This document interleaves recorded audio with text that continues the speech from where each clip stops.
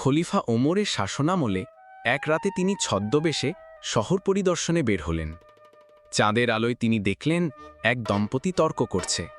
স্বামী, এক ধনী ব্যবসায়ী, রাগে স্ত্রীকে বলল, তুমি কি বলছো যে আমি হালাল রোজগার করি না?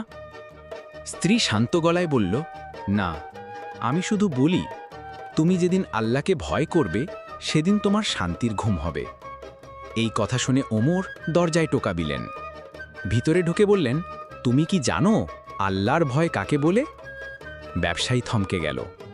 ওমর বললেন, আল্লাহর ভয় সেই শক্তি যেটা রাতে তোমার লাভ গোনার হিসাব ছিন্ন করে দেয়।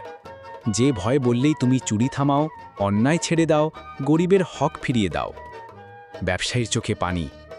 সে বলল, আজ বুঝলাম আমার স্ত্রীর চাওয়া টাকা না, শান্তি। আর শান্তি আসে শুধু তখনই যখন মানুষ আল্লাহকে ভয় করে।